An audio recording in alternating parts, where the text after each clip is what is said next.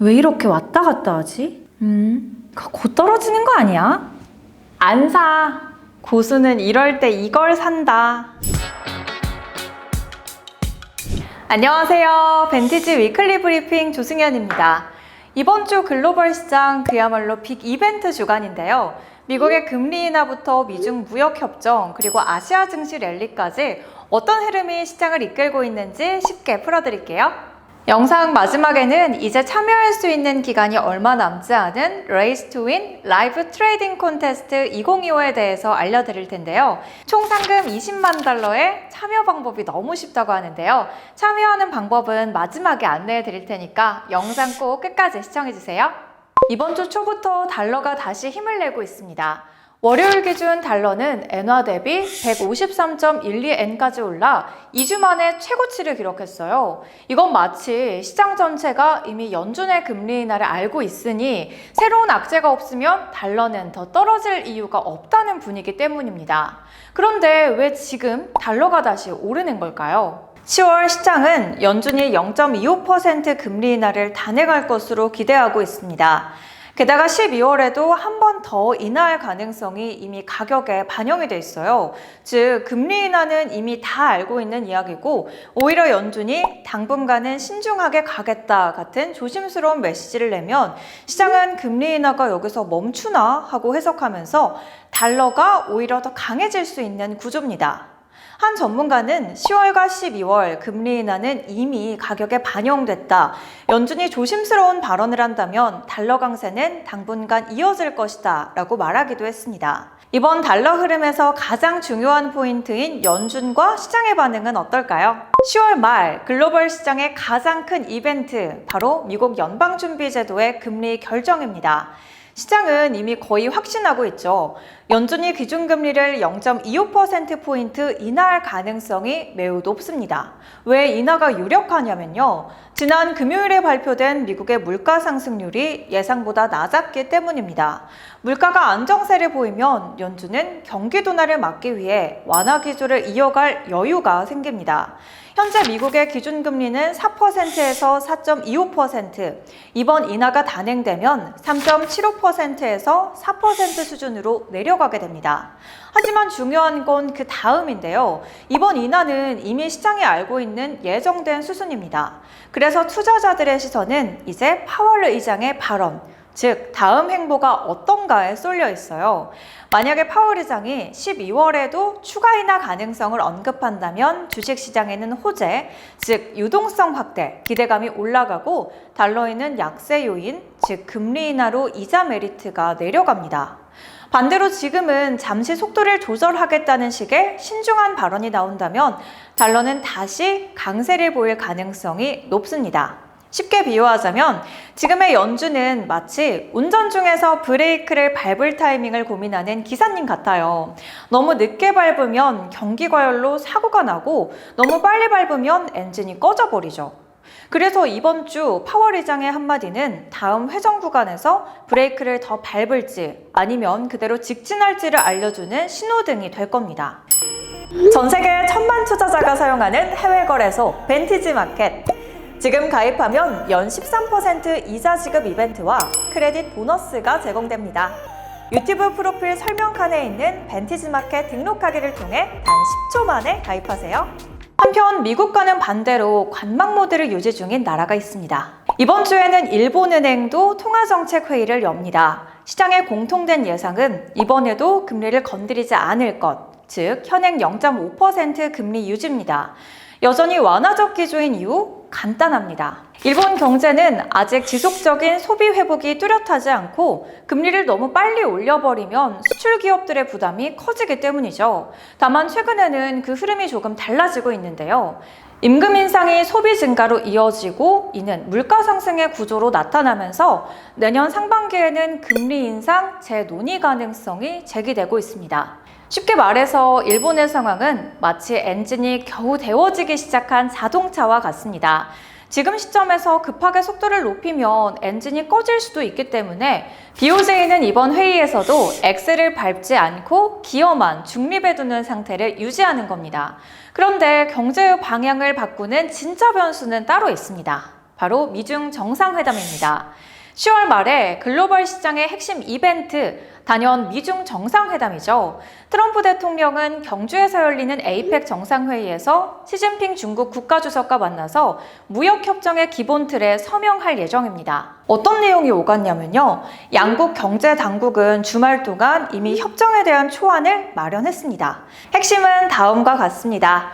미국은 11월 1일부터 예정됐던 100% 대중관세 재협정을, 중국은 히토류 및 자석 수출 규제 시행 1년 연기 가능성을 말했습니다. 즉 서로의 보복 조치를 멈추고 관계를 복원하는 시그널을 보낸 겁니다. 트럼프 대통령은 중국과의 협상이 긍정적으로 진행되고 있다며 곧 중국과 미국에서도 추가 회담을 가질 것이라고 밝혔습니다.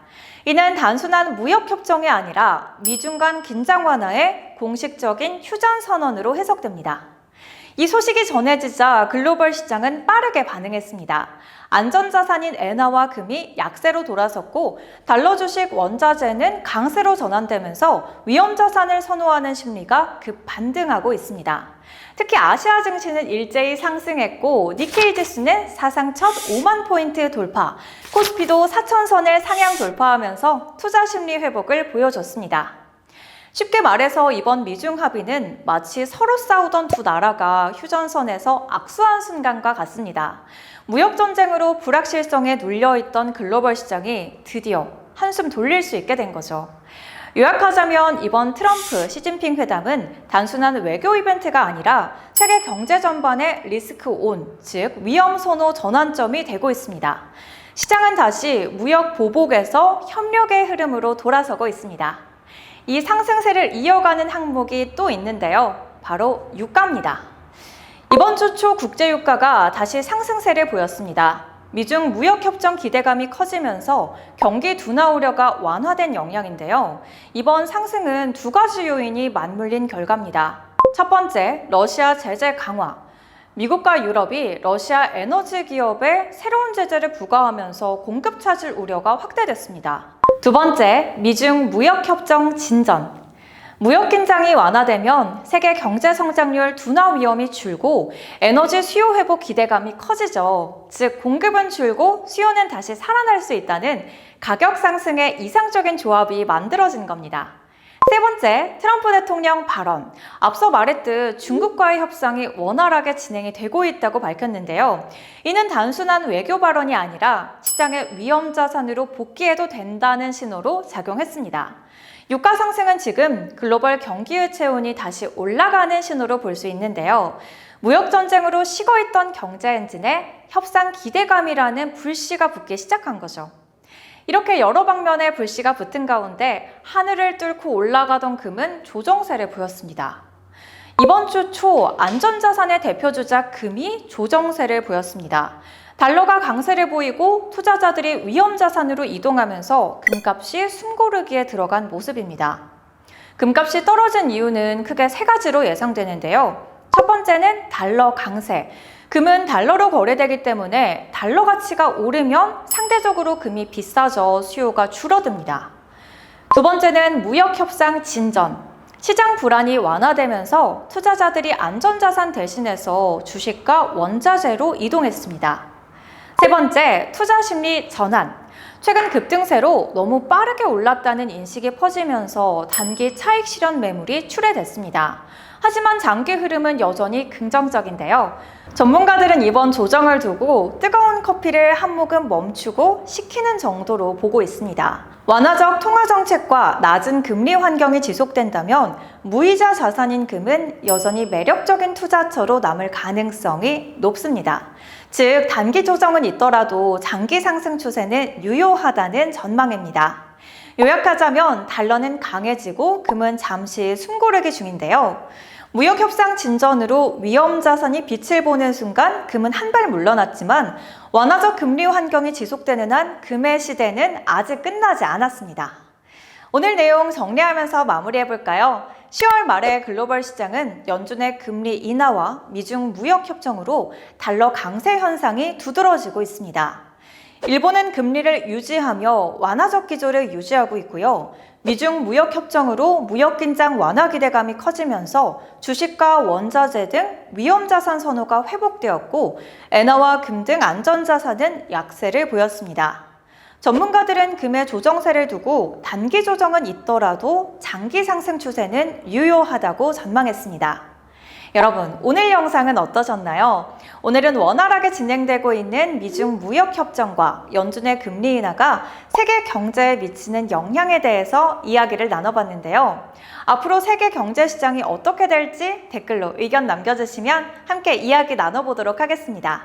그리고 처음에 영상에서 말씀드렸던 2025 라이브 트레이딩 콘테스트도 같이 안내해 드리겠습니다.